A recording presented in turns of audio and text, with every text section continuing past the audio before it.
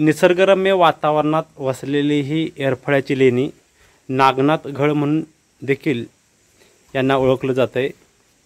अतिशय सुंदररित्या या ठिकाणी ही डोंगराच्या कपारीत कोरण्यात आलेले आहेत। पावसाळ्यामध्ये इथून वरून पाणी पडतंय आणि खूप छान असं हे ठिकाण या ठिकाणी हे समोर आपण पाहू शकतोय कालाच्या ओघात असणारे हे स्तूप आहे आणि समोर याच्या समोर एक दोन गुहा आहेत आणि समोरच्या बाजूला काही विरगळी आहेत, गणेशाची मूर्ती आहे आणि शिवलिंग सुद्धा आहे। आणि इथून हे बघा आपण या बाजूने आलो, या बाजूने अगदी वरून पडणार पावसाचं हे जे पाणी आहे इकडून वरून पावसाचं पाणी मोठ्या प्रमाणात कोसळतं वरून आणि इथंच आतल्या बाजूला इथं दोन छोट्या छोट्या होल दिसतात। या ठिकाणी पाणी दोन्ही टाके आहेत, त्यामध्ये पाणी आता सुद्धा आहे आणि आपण इकडून चालून आलो एरफळ्याकडून।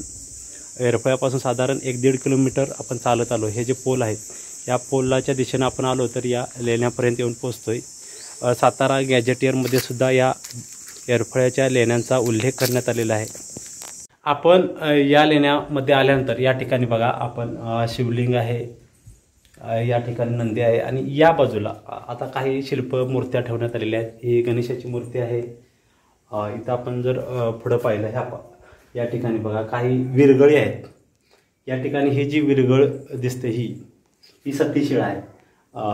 जी वीरस्त्री सती गेलेली आहे त्यांच्या स्मरणात ह्या सतीशिळा उभारण्यात आलेल्या आहेत। इथं पण सतीशिळा आहे ही आणि या ठिकाणी काही मूर्त्या आहेत, या ठिकाणी काही विरगळे आहेत।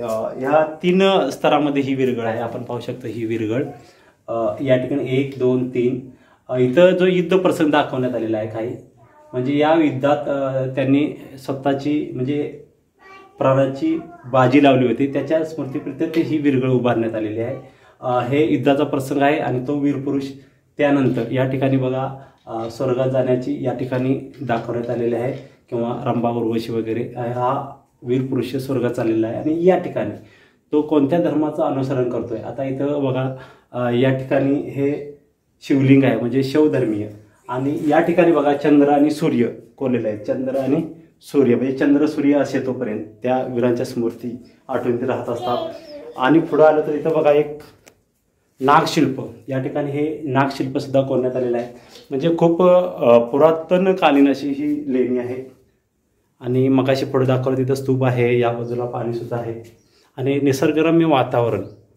पावसाळ्यामध्ये इथं गार आणि वरून पाणी पडतंय असं ही सुंदर एरफळ्याची लेणी किंवा त्यांना काही लोक गुहा किंवा नागनाथ घळ म्हणून सुद्धा ओळखतात।